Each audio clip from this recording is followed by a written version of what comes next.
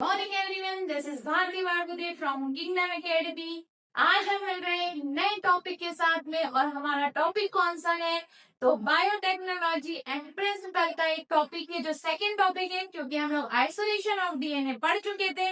और आइसोलेशन के बाद में जो हम टॉपिक करते हैं वो हमारा सामने दिखाई दे रहा है। वो हमारा टॉपिक है क्या? Fragmentation of DNA by restriction enzymes. तो जो डीएनए हमने आइसोलेट कर लिया था, कहाँ से आइसोलेट किया था? किसी अदर ऑर्गेनिज्म के डीएनए से को लिया था हमने पढ़ा था कि ये सेल है और इस सेल के अंदर से हमने इस डीएनए को बाहर निकाल दिया था।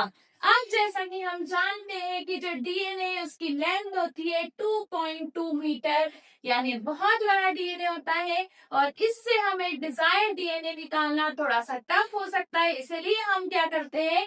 तो हम यूज करते हैं रेस्ट्रिक्शन एंडोन्यूक्लियेसेस, यानी एंजाइम का यूज करते हैं। और इस लंबे वाले जो डीएनए है जो इस तरह से दिखाई दे रहा है हमारा, उसके हम क्या करते हैं? फ्रेगमेंट्स बना लेते हैं। और इसी प्रोसेस को हम क्या कहते हैं? Fragmentation of DNA by restriction endonucleases. जैसा कि आपको नाम में ही दिख रहा है रेस्ट्रिक्शन, और रेस्ट्रिक्शन का मतलब होता है रेस्ट्रिक्ट कर देना, रोक देना। तो किस चीज को रोक देना? हम ये देखें कि इन एंजाइम्स का क्या फंक्शन होता है। तो सबसे पहले देखिए, ये है हमारी बैक्टीरिया की सेल। ओके, और इस बैक्टीरिया की सेल के पास में इसका खुद का जेनेटिक मटेरियल। Yes, done. अब यहाँ पर यदि कोई वायरस, ऐसा वायरस जो बैक्टीरिया के ऊपर, मतलब बैक्टीरिया को इन्फेक्शन कॉज करता है, इसको हम कहते हैं बैक्टीरियोफेज। तो ये यहाँ पर अपना जेनेटिक मटेरियल लेकर अंदर की तरफ आया। अब ये जो जेनेटिक मटेरियल था उसने यहाँ पर छोड़ा, तो हमारे पास में क्या है? हमारे पास में रेस्ट्रिक्शन एंजाइम। तो रेस्ट्रिक्शन एंजाइम क्या करेंगे? ये जो यहाँ पर जो वायरस अपना जेनेटिक मटेरियल लेकर आया था उसके क्या कर देंगे? फ्रेगमेंट्स कर देंगे। तो ये रेस्ट्रिक्शन एंजाइम ने इसके फ्रेगमेंट्स कर दिए।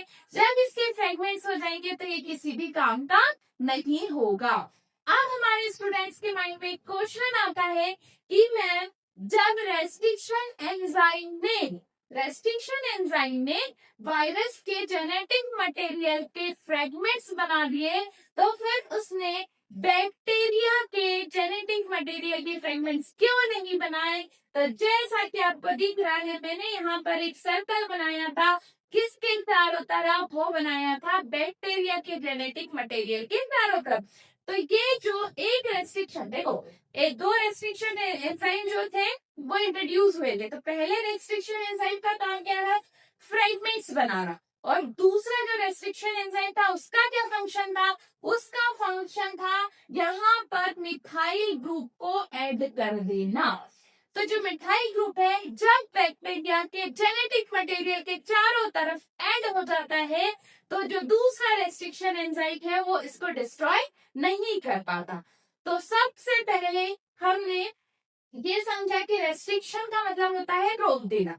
और किसको रोक देना? ग्रोथ को रोक देना। किसकी ग्रोथ को रोक देना? तो जेनेटिक मटेरियल की ग्रोथ को रोक देना। और कैसे रोक देना? तो उसके छोटे छोटे फ्रेगमेंट्स कर दिए। अब हम यहाँ पर देखेंगे, देखो, in the year 1963 the two enzyme, अभी मैंने आपको बताया कि हमने कितने रेस्ट्रिक्शन एंजाइम को डिस्कवर किया था? टू एंजाइम्स को डिस्कवर किया था। जो पहला वाला रेस्ट्रिक्शन एंजाइम है, responsible for restricting the growth of bacteriophage, bacteriophage की ग्रोथ को रोक के काट दिया था, अभी हमने देखा। और जो दूसरा वाला था, जिसमें हमने एस्चेरिचिया कोलाइसिस को लिया था, और जो दूसरा वाला था वो क्या करता था? यहाँ पर मिथाइल ग्रुप को ऐड कर देता था। देखो, जैसे लिखा है, one of this added methyl group to DNA while the other का डीएनए। कितने रेस्ट्रिक्शन एंजाइम हमने सबसे पहले डिस्कवर किए थे? कब किए थे? 1963 में। दो। पहला रेस्ट्रिक्शन एंजाइम क्या करता था? ग्रोथ को रेस्ट्रिक्ट कर रहा था। किसकी ग्रोथ को रेस्ट्रिक्ट कर रहा था? तो बैक्टीरियोफाज की ग्रोथ को रेस्ट्रिक्ट कर रहा था। और जो दूसरा रेस्ट्रिक्शन एंजाइम है वो क्या कर रहा था? तो जो दूसरा रेस्ट्रिक्शन एंजाइम है, बैक्टीरिया के जेनेटिक मटेरियल डीएनए में किस ग्रुप को ऐड कर रहा था? तो मिथाइल ग्रुप को ऐड कर रहा था। इसके बाद में अब हमें पता है कि सबसे पहला खोजा गया, डिस्कवर किया गया रेस्ट्रिक्शन एंजाइम कौन सा है, तो वो है हमारा रेस्ट्रिक्शन एंडोन्यूक्लियेजेस हिंड सेकेंड। कौन सा है? Hind second. अब ये जो हिंड सेकेंड है, ये क्या करता है, तो functioning depend on the specific DNA nucleotide sequence was isolated and characterized 5 years later. ठीक है, अब it was found that Hind second always cut DNA molecules at a particular point by recognition a specific sequence of 6 base pair. पूरी line को मैं आपको यहाँ पर समझाऊंगी कि ये क्या कह रहा था। ये लाइन हमें बता रही है कि जो हमने हिंद सेकेंड को डिस्कवर किया था वो ये डीएनए हमारा, ठीक है। अब ये जो डीएनए है, इस डीएनए के ये 2 हेलिक्स होते हैं, सबको पता है। एक जो होता है वो 5 प्राइम टू 3 प्राइम होता है, दूसरा जो होता है वो होता है 3 प्राइम टू 5 प्राइम होता है। Yes done.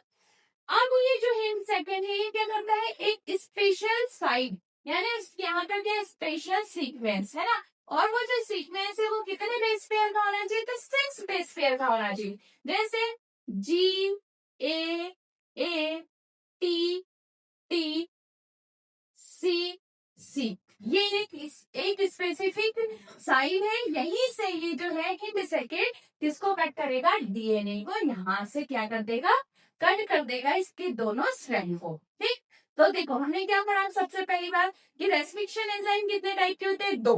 कौन से 2? एक रेस्ट्रिक्शन एंजाइम क्या करता है, ग्रोथ को रोक देता है, किसकी ग्रोथ को, बैक्टीरियोफाज की ग्रोथ को रोकता है। दूसरा क्या करता है, मिथाइल ग्रुप को ऐड करता है, किसमें, बैक्टीरिया के जेनेटिक मटेरियल में। सबसे पहला खोजा गया रेस्ट्रिक्शन एंजाइम कौन सा था, तो वो था हिंद सेकेंड। और हिंद सेकेंड जो है वो डीएनए को कहां से काटता है, तो एक स्पेसिफिक साइट से, जिसमें कितने बेस पेयर होना चाहिए, तो आपको याद रखना है कितने, 6 बेस पेयर यहाँ पर होने चाहिए। अब अभी तक हमने कितने रेस्ट्रिक्शन एंजाइम्स को डिस्कवर कर चुके हैं, तो हम 900 जो रेस्ट्रिक्शन एंजाइम्स उसको डिस्कवर कर चुके हैं, और किससे, 230 स्ट्रैंड से हम इसको डिस्कवर कर चुके हैं। डन। अब इसके बाद में हम देखेंगे ये जो रेस्ट्रिक्शन एंजाइम होते हैं ये किस तरह से क्या काम करते हैं। देखो लिखा है नॉमेनक्लेचर, सबसे पहले हमें इसको पढ़ना है कि हम इसका नाम कैसे रखेंगे। जैसे अभी मैंने हम लोगों को बताया हिंद सेकेंड, तो ये हिंद सेकेंड क्यों रखा है और कैसे रखा है इसको हम देखेंगे। तो इसी को हम क्या कहते हैं, नॉमेनक्लेचर ऑफ रेस्ट्रिक्शन एंजाइम। जैसे तुम्हारा नाम रखा गया है वैसा इसका नाम रखा गया है। जैसे तुम्हारे नाम को रखने के लिए एक सीक्वेंस होता है, वैसे इसका भी। जैसे मान लो कोई लड़की है, उसका नाम है अंजलि वर्मा, तो इसमें 2 हमारे पास में लेटर आ रहे हैं, 2 यहाँ पर वर्ड आ रहे हैं। कौन से 2 वर्ड आ रहे हैं, एक आ रहा है अंजलि और एक आ रहा है वर्मा। वैसे ही एक एग्जाम्पल हम यहाँ पर देखेंगे, हमने क्या लिया है, इको R1 है ना, आई नहीं है, ये क्या है, इको R1। तो इसमें से सबसे पहले जो यहाँ पर हमें दिख रहा है ई, ये ई क्या है, तो ये इसका जेनेरिक नेम होता है, जिसको हम कहते हैं क्या, एस्चेरिचिया। और को का मतलब क्या होता है, कोलाई।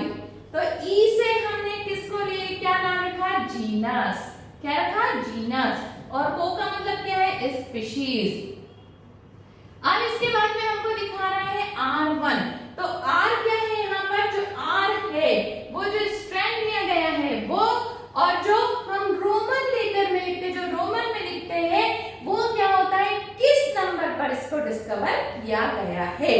तो जब हम रेस्ट्रिक्शन एंजाइम का नाम लिखते हैं, नॉमेनक्लेचर करते हैं, तो इसमें कितने वर्ड होना चाहिए, 2 वर्ड होना चाहिए। फर्स्ट जो वर्ड है वो कौन सा होना चाहिए, वो जेनेरिक होना चाहिए, मतलब जीनस होना चाहिए। सेकंड जो है वो क्या होना चाहिए, तो स्पीशीज होनी चाहिए। आर का मतलब होता है स्ट्रैंड, और जो रोमन लेटर में लिखा होता है वो होता है सीक्वेंस ऑफ डिस्कवर, है ना, जिस सीक्वेंस में हमने इसको डिस्कवर किया। तो यहाँ पर हमें ये 2 एंजाइम लिखे। तो इसी तरह से आज हमने टॉपिक कवर किया। कौन सा टॉपिक कवर किया, fragmentation of DNA by restriction endonucleases. इसी तरह हम इसके टाइप्स पढ़ेंगे, जो हम देखेंगे नेक्स्ट टॉपिक में। तो इसी तरह के यूजफुल वीडियो को देखने के लिए बने रहिए हमारे चैनल को और हमारे हमारे चैनल को लाइक करिए और सब्सक्राइब करिए। Thank you.